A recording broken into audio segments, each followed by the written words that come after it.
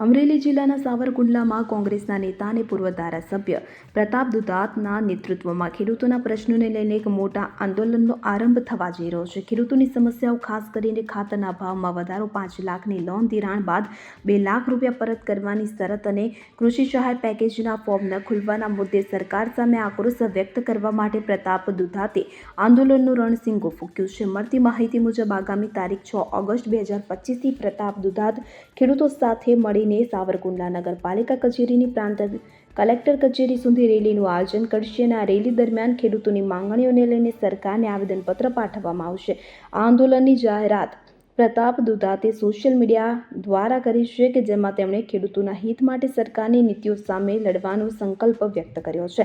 આ મામલે પૂર્વ ધારાસભ્ય પ્રતાપ દુધાતે જણાવ્યું હતું કે ખેડૂતો આપણા દેશની રીઢ છે, પરંતુ સરકારની ખોટી નીતિઓના કારણે તેમની હાલત દયનીય બની રહી છે. ખાતરના ભાવ વધારો, લોનની કડક શરતો અને સહાય યોજનાઓનો લાભ ન મળવો એ ખેડૂતોની મજબૂરીઓ વધારી રહ્યા છે અને આ મુદ્દાઓને લઈને સરકાર સામે આંદોલન કરીશું અને ખેડૂતોના હક માટે લડીશું.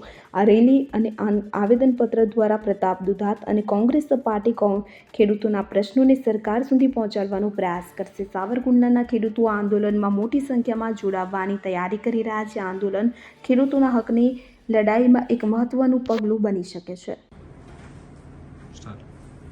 નમસ્કાર.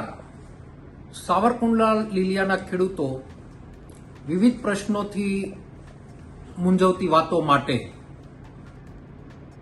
ચાહે ખાતરના ભાવ વધારાની વાત હોય કે ખેડૂતોને 5 લાખ રૂપિયા લોન ધિરાણ આપ્યા બાદ 2 લાખ પરત લેવાની વાત હોય અને 2024ના અતિવૃષ્ટિની અંદર સહાય પેકેજ ડિક્લેર કર્યું પણ હજુ સુધી કોઈના ફોર્મ નથી ભરાણા, આવા અનેક પ્રશ્નો, સળગતા પ્રશ્નોની વાત લઈ તારીખ 6/8/2025ના બપોરના 2:30 વાગે એટલે કે 2:30 વાગે નગરપાલિકાની સામેથી પ્રાંત ઓફિસ સુધી આવેદનપત્ર આપવા જવાનું છે.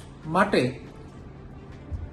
આ વિસ્તારના બધા જ ખેડૂતોને હું વિનંતી કરું છું કે ખૂબ જ કામની સિઝન હોવાનું માનું છું, પણ તમારા જીવનનો 2-3 કલાકનો સમય એક ખેડૂતની વાતને ઉજાગર કરશે તો આપને હાથ જોડીને વિનંતી કરું છું કે આપ બધા મોટી સંખ્યામાં પધારો તેવી નમ્ર અપીલ કરું છું. ધન્યવાદ.